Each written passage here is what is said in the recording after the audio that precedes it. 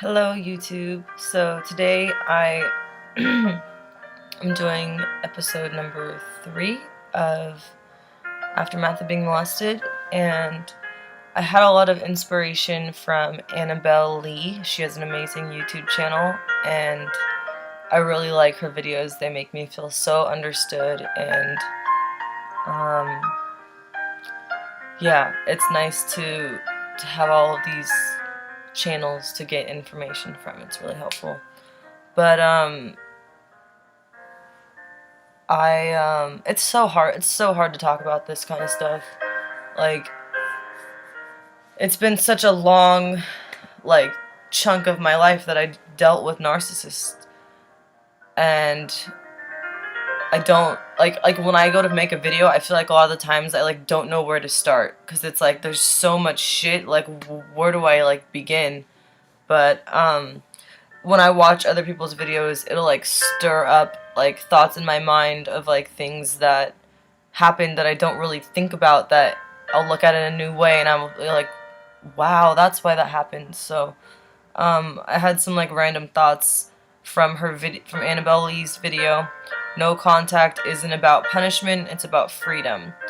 And that is very true. I agreed with that video so much. I feel like narcissists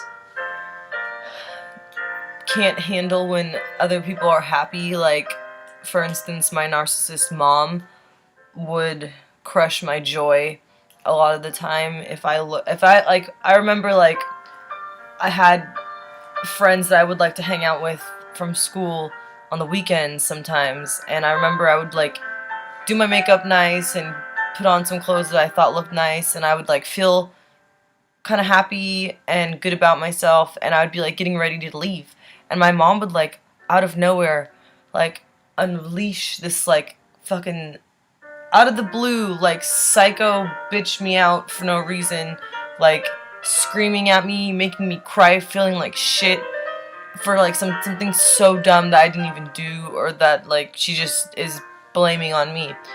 And I would, like, leave the house feeling so upset that it would like suck all of my joy, and I would be, like, fucking hanging out with my friends, like, super pissed off, like, in a completely different state, and it just fucking sucked. And, like, that's happened to me with other narcissists, and they all do it, and it's like, it's this stupid thing. And I remember when it would happen when I was younger, I would literally think, something is wrong with me. Like, something has to be wrong with me. Like, what the fuck is wrong with me? Like, I did something wrong. I know I had to have done something wrong, because she wouldn't be acting like this if I didn't do something wrong. But it's like, no, I didn't do anything wrong. She is fucking batshit crazy and doesn't know how to be a loving, affectionate, kind, understanding mother. And I think my music in the background is a little loud. Sorry. I'm just gonna turn it off. Picked the wrong kind of music. But yeah, there was like so much shit that I can't even, like, so much stuff that I can't even, like, that I can't even remember.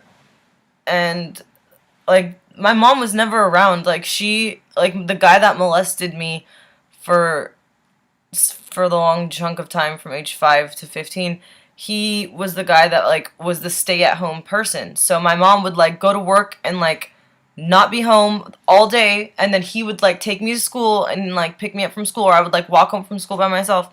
And it got to the point where, like, I was making my lunch and walking to and from school by myself, and I did never really see my mom. Like, I, like, saw her on the weekends, and, like, she was always gone before I was, like, up. And I remember, like, making, I, like, had to make myself lunch, so I would, like, make a peanut butter and jelly sandwich every day, because, like, that's the only thing that I had been taught how to make, and that's the only thing that was, like, available for me to make. And so I would go to school, and I would be so disgusted with eating the same thing every day for, like, a few years, so I would, like, throw my sandwich away, and I just wouldn't eat, because I was, like, upset and depressed, and I usually wasn't hungry from the sexual abuse and all of the other, like, verbal abuse and confusion. So, like, I remember, like, this is something that I, like, I'm upset about because it's really sad. And I remember sitting at the table with my fellow younger friends in school when I was really young, and like, I don't know if this was like third or second grade, or like, I was young, and I remember my friends like would open their lunches and they would have like a napkin, and their mom would write like, "I love you, have a great day" on their napkin. And I packed my lunch, so like obviously my mom didn't give two shits, and so I remember like writing "I love you" and putting it in my lunch and like pretending it was for my mom, and like I remember like trying to make myself feel like similar, and like it just didn't, like I did that once and it just didn't make me feel better, and like it just fucking sucked. And yeah, that's something that, you know, I'll never forget. Like, and you know, hopefully I could be a good type of parent that doesn't not notice things, because other moms were so much more affectionate to their kids. Sorry, I have a list of things because it's like hard for me to stay on track when I talk about these things.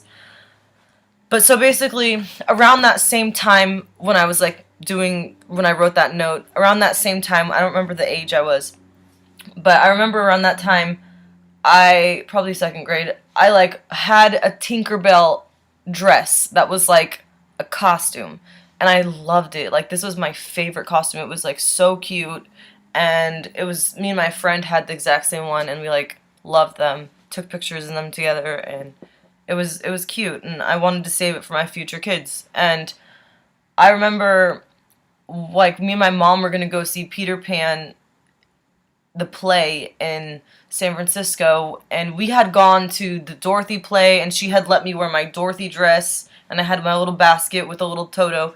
And like when me and my mom would like go to ballets and stuff, and because I was a dancer for like a long part of my life, I did ballet, and so we would go to these performances, and it was just like a thing that we did. And so my stepdad, who was at home molesting me and raising me, he basically like had to get me ready for this Tinkerbell thing. And I remember like wanting to, I was like gonna wear my tutu Tinkerbell dress thing, costume, and I was like so excited. And he like didn't want me to wear that. He was like, "No, you're gonna wear this." And he like grabbed this like satin, or like not satin, it was like a feltish, not felt, it was like a nice fabric that you didn't have to iron. It just always looked nice. It was this like boring dark blue dress with like sparkles all over the front, kind of like an ombre sparkle. And it was a nice dress, but it was not what my mom would have let me wear, because I was going to see Peter Pan. I wanted to be Tinkerbell, like, come on. And he, instead of like communicating to me and saying like, "No, your mom wants you to wear this one," or instead of letting me choose, instead of communicating or speaking, he just gets mad and says no, and like I probably started crying. And then I remember him like taking off my pants and my panties and like beating my ass like hell of hard, and I had like, my butt was like stinging afterwards. I had like red marks on it, and I remember like wearing the other dress and like not saying a word, and like my mom had no clue about any of this shit. I'm sure my mom wouldn't have given two shits if I wore the fucking dress I wanted to wear. But he just used that situation to like beat the shit out of me and scare me, and like, you know, I was having so much joy about going to that ballet, and he had to suck that away, and he had to fuck it up because he's a narcissist. And you know, it's just another, they're like all the same. They can't handle other people's happiness. And it's, you know, like, it's fucked up because I don't really know how to enjoy happiness a whole lot. Like, I feel like I have situations in my life, but like I'm not happy during them, and I look back and I'm like, I wish I would have, like, it's hard. Like, if you have emotional disconnect,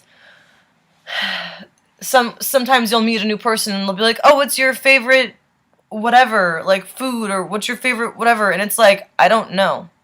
Like, I don't know what my favorite is. I don't know. I don't really have preferences on a ton of things, because like some things I do, but I wasn't given like nobody took the time to, like, ask me, like, what do I want, what do I like, growing up. So it's not like, I feel like I don't know myself. It's a fucking weird dynamic. I don't really know how to explain it a whole lot, but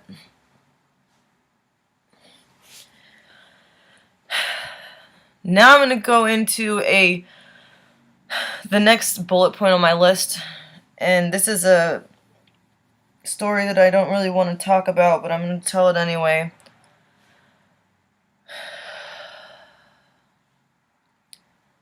I went to a store called Charlotte Russe, and I bought probably the sexiest thong underwear I ever had in my whole life. It was like, the crotch was red, and the outer layer around your hips was like a ruffle, and it was like zebra, and it was really cute to me. Like, I thought this was so cute, and I got it on sale. It was like $2. It was like clearance. And I really was excited to wear this little underwear thing, and I had bought like 5 or 6 underwears and a few bras and a few other things. And I had got a bargain, so I felt even better about spending because I was trying to save and yada yada. And so my mother, like, I didn't even take the fucking tag off this shit yet. Like, I had not worn it. And my mother, who had, like, okay, so my mom, let's pause the story and rewind back like 6 years or some shit.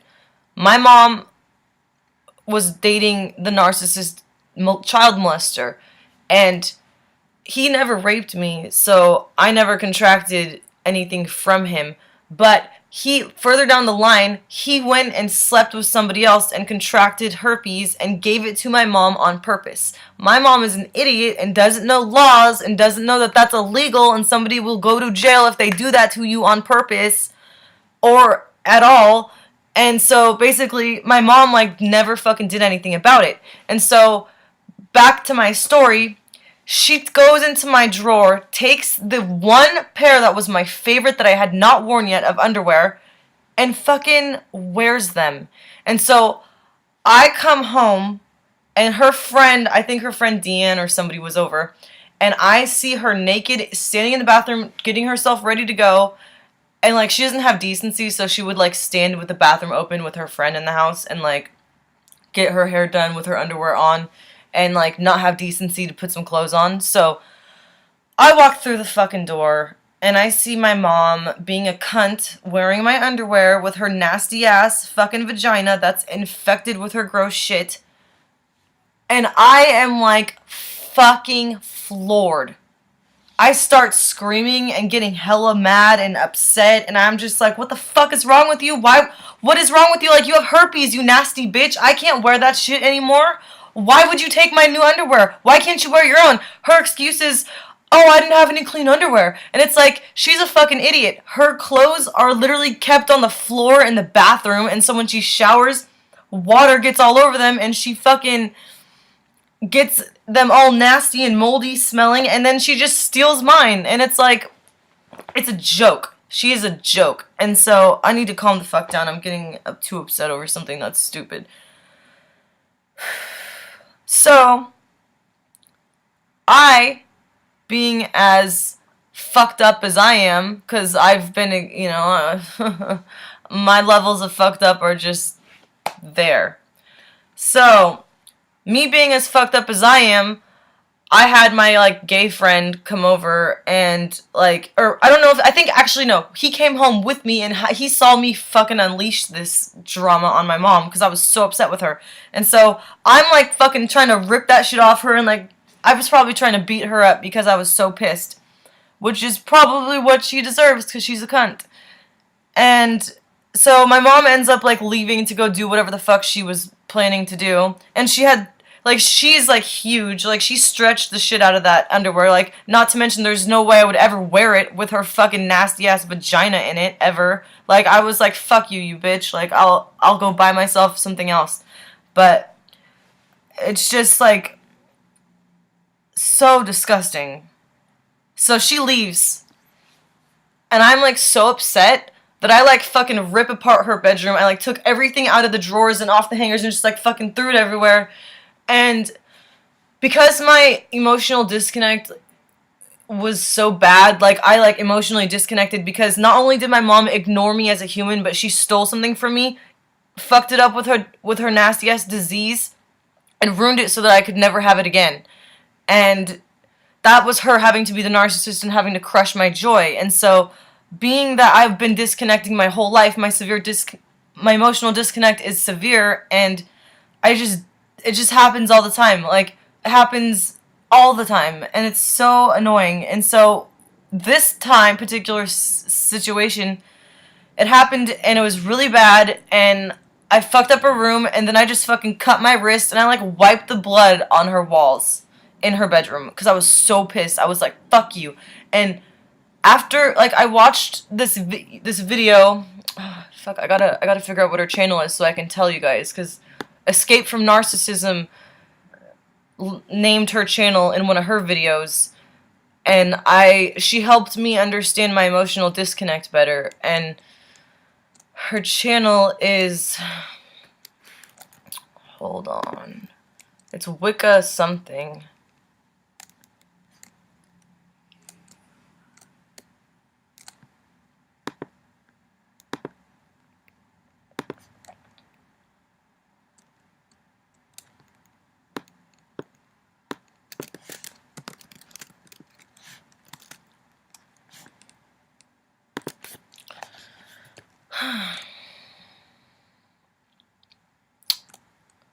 Love the Wiccan 3FL. I love her. I love you. If you ever discover my channel, I love you. You are such a kind soul, and you've allowed me to understand myself, and I'm really grateful for that. But back to that situation, I like fucking emotionally lost it and was just acting like a psycho, and my mom there's never been closure for any situation. Like, she's never acknowledged anything. And even when I saw her have my brothers and watch them become little, like, 1 and 2 year olds, they would, like, fall down. And because people who are lousy parents who don't want to take a responsibility for the emotional well-being of their children will generally try to tell their kids, oh, you're fine, just get up, you're fine, and try to just, like, avoid them crying and avoid being a mom and avoid dealing with the situation normally. And so my mom would like hush them, be like, oh, you're fine, and like tell them that they're okay, even sometimes if they weren't okay. And it's like, no, that tells the child to not react and to not feel what it feels, and that's the parent telling the child what it feels instead of the parent listening to the child. It's just not how things are supposed to be. So, when I moved out of my mom's house, like, she had become, like, a Nazi psycho bitch. I was living with her. I had moved out a few times before, and I had moved back in, and I was trying to move out. And she had told me, she was like, get the fuck out! And I was, like, looking for a place. And I ended up finding a place. And I literally, like, when I lived at her house, there was, like, 2 bunk beds. And it was, like, the room that was my brother's old room. My brothers, like, didn't spend any time with her. They live with the guy who molested me and his new family. And basically, I'm like disconnecting, so it's like hard for me to like I feel like I'm talking for my old self or a part of me that's not really me. It's like it's fucking weird.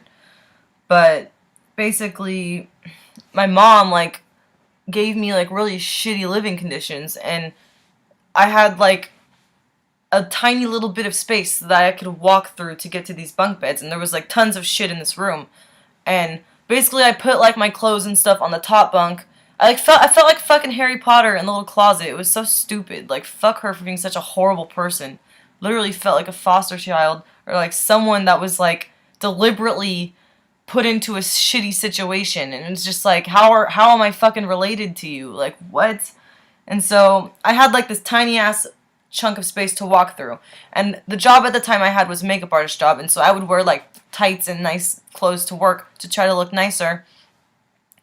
And there was these wicker baskets that I had to walk through with this tiny little path, and my tights would catch on the baskets and they would rip, and like it was just really overly ridiculously crowded, and it kept getting crowdeder, more crowded, and she was doing that on purpose to just fuck with me.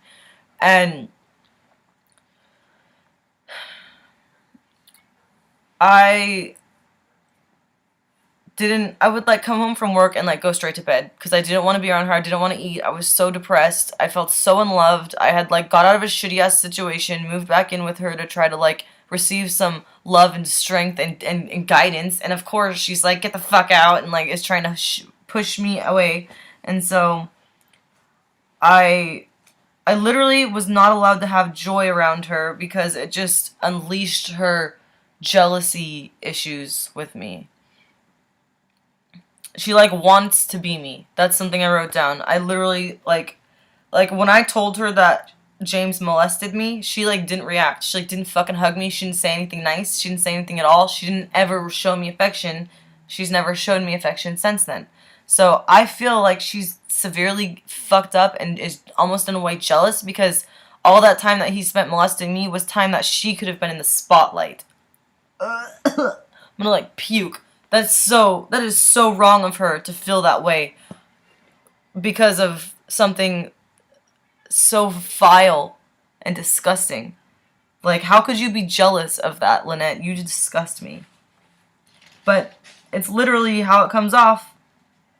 So, back to some of the things that Annabelle said. After I moved out, this is similar to her situation. After I moved out, my mom, like, never visited me, and I live, like, a few, like a 15 to 20 minute drive away from where she used to live. She moved 1 or 2 times. But it still wasn't that far. It was still, like, not, you know, a huge distance. Not, like, maybe, like, 30 minutes or 40 minutes if there's traffic, but not too bad.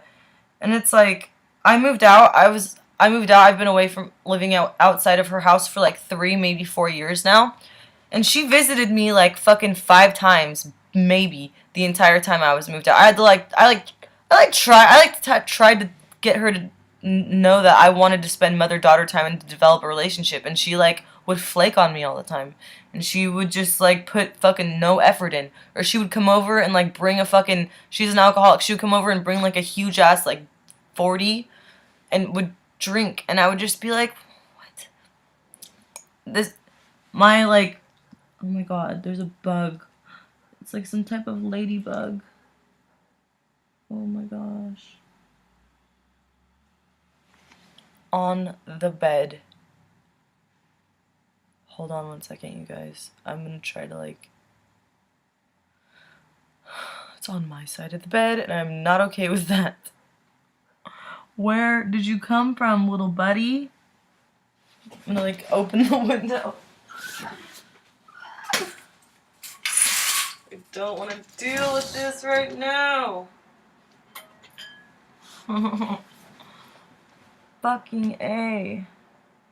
I don't know if it's a ladybug or like what. Fuck. Fuck. Fuck. I hate bugs. Damn it.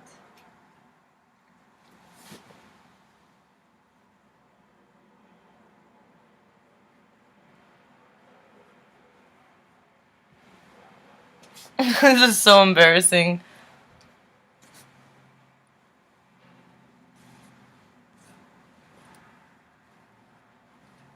Ugh. Gross. Get out of this house. Now. At least I didn't kill it like most people do. I just like scooped it into a bowl and threw it out the window. I don't know what that was. I kind of don't want to know what that was. It was not a ladybug. Anyway, I will be okay in the country. I will. Just have a lot of adjusting to do. So,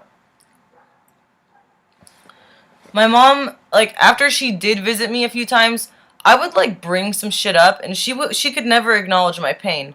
Like, there was always, like, this, like, she wanted to come over and hang out and act like everything was fine. She never wanted to talk about any of the shit that happened to me. She never wanted to acknowledge anything or validate me and make me feel like I deserve her love or act affectionate in a normal way. Like, when she would try to hug me, it would come off so fake, and she would just, like, not...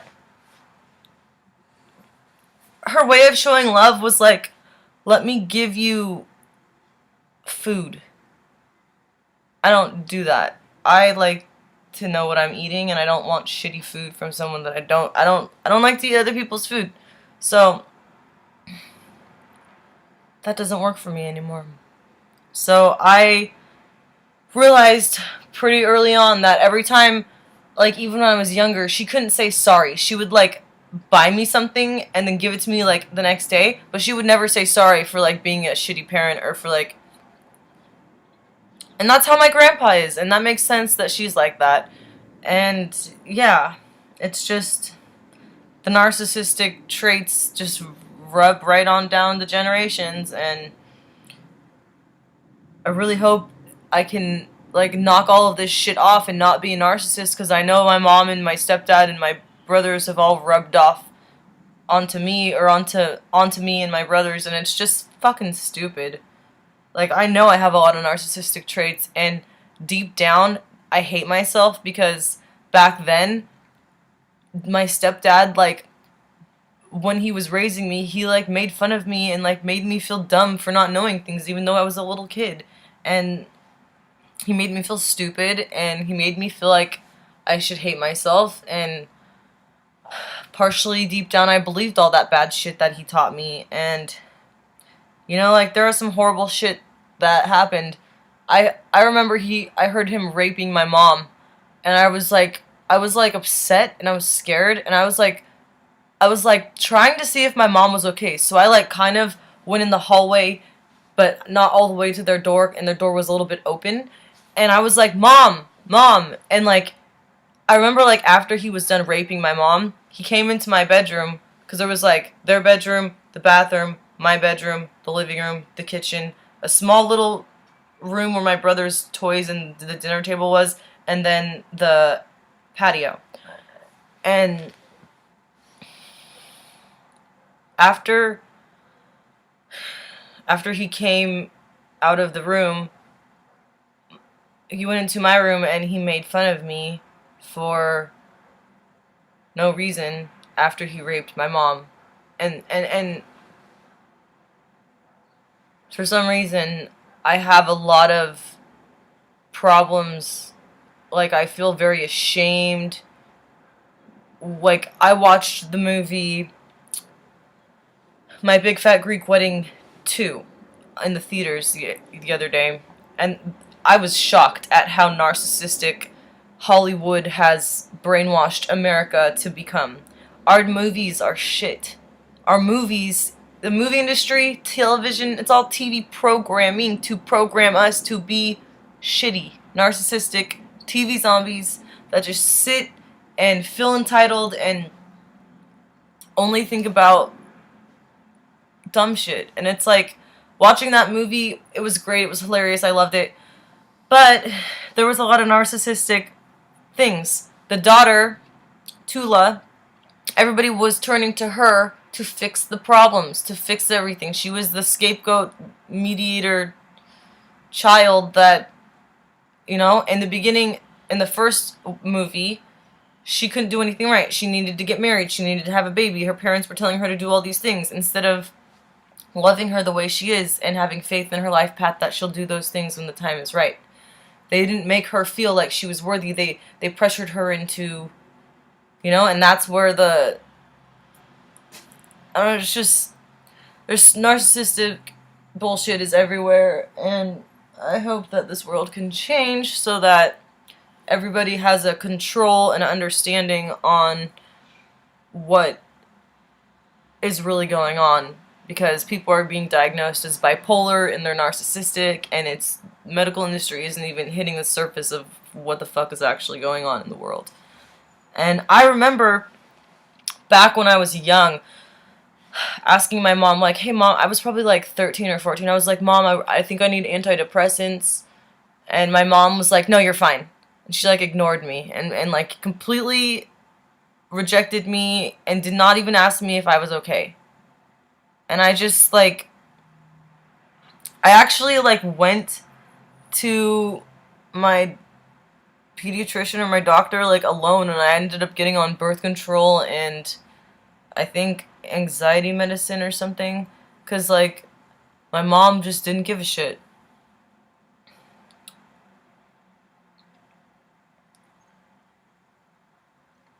So the last time I saw my mom, she triangulated me, which I have footage from that live situation. And in that situation, she said something to me like, you need a therapist so you can get over your problems. Or, that's all in the past. And it's just like, what? When you're a 5-year-old child and a 30-year-old man tells you to touch his fucking penis, there's no such thing as like getting over an incident. Like, there is the past, the incident, and the future, and that's the past, that's the incident, and I'm now living in the future. Like, yes, I'm physically living in a new time. I'm not living in the past. I'm not there, but that happened to me, and it's in my stored bank of memories and events that I've had to deal with. And when you have to deal with stressful things for decade of time, it puts levels of anxiety and post-traumatic stress in your body and allows, like, I could be walking down the street or be sitting in a car and I'll see, like, the red lights of another car in front of me break and I'll fucking freak out. Like, I'll start grabbing shit in the car like I'm gonna die. And it's like, I'm like, don't know what the fuck is wrong. I just can't handle, like, I just freak out anywhere. Like, if I'm walking across the crosswalk and I see cars and I feel like my depth perception is off and I disconnect, I'll get really jumpy and like a soldier after a war, and like caused an issue with my ex. He took it personally and was getting mad at me for reacting, and he's like, well, you're basically telling me that I'm a shitty driver. And I'm like, no, I fucking, like, my stepdad, like, drove us halfway off a cliff, and I emotionally disconnected so quick that my soul came out of my body, and I was watching the situation from the roof of the car, not from my view. I was, like, when I recalled this situation, it was so terrifying. Like, the only way I could describe this is, like, like, you know when you're on a roller coaster and you go down and you're like, you go all the way to the top and then you drop? Like, he pulled the fucking front of the Grand Cherokee Jeep, pulled the front of that car halfway off of the mountain, and I felt like I was dead. I accepted my death. I was like, I am dead, I am dead, I am dead, and when I opened my eyes, I was watching the situation from the top of the car. That, to this day, fucks me up hella bad. I wish none of that upon anyone. It is not something that someone should go through, and the level of control that I had was zero. Like, I felt so helpless. I can't explain to you. Like, my brothers were shrieking and crying. I'm sure that was traumatizing to them. They were sitting, like, right next to me in their car seats, and, you know, my mom was in the front, like, freaking out, and he's, you know, a disgusting psychopath that gives no fucks about anyone, nor himself. And, you know, I don't even know how that situation has affected me fully. I don't even know. I do know this. The universe has blessed me, and I'm getting a free car in a few days from a friend, and I'm moving very far, very, very, very far away to my far, far away land where there's new memories to be made, and I'm gonna get back into driving again, and I'm gonna drive this car in my new state that I'm gonna live in, and I'm gonna regain that confidence and that sense of I'm in control, and I'm gonna keep myself safe. But it is like really hard because this whole like no contact thing, like part of me knows that I'm doing it for my healing, loving, fulfilling, meaningful life. Like if I want to have a loving, meaningful, fulfilling life, I can't have those people like my mom's family or any of the narcissistic people that treated me wrong. I can't have them in my life because they makes me susceptible to an abusive life and being in an abusive friendship or relationship with any figure, grandpa, mom, uncle, cousin. Like fuck that. I want to have, and so like it's hard because I want to feel like I have a loving life and happy family, but I don't really have a whole lot of people right now. So moving to this new place, and I'm gonna meet some of my soul siblings, and I it is a struggle because I feel alone, and I don't, like I know it's a win situation for me because I know it's more freeing for me and more healthy, but it's so hard for it to feel like that when I'm in that transition part, because I'm kind of like, life is kind of like this situation where like you're driving in the dark and your headlights can only show you like 10 feet in front of you. And right now, I can see 10 feet in front of me, but I can't see the 10 feet further. And so that I'm worried about that. But I just need to not worry because I have my headlights and they're guiding me. And it's kind of like how like the universe and God like guides us to people and to learning and to different situations and whatever. And so like I know that I'm not gonna like doubt my life's path.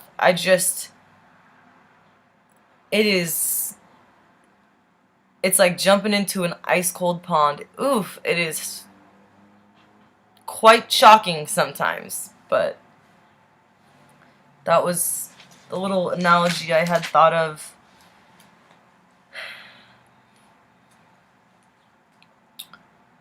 But yeah,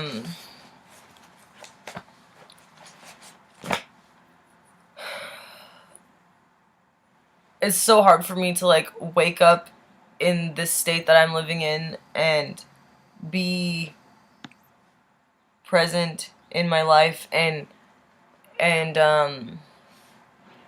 like want to accomplish things. It's very difficult.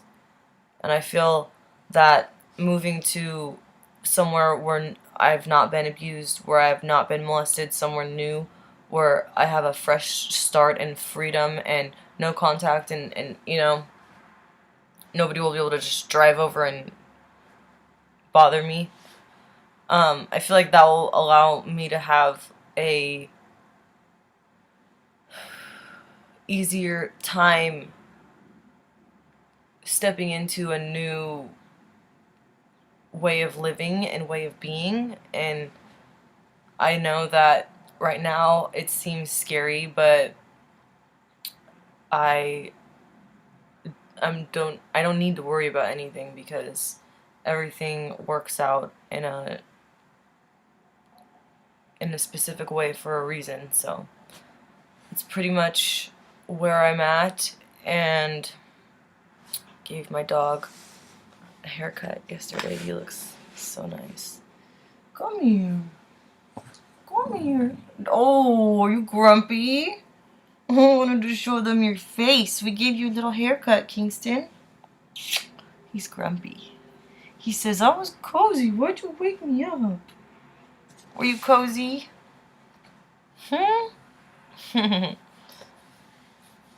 This is my family member, my buddy. Alright, you guys, have a good rest of your week. Love you.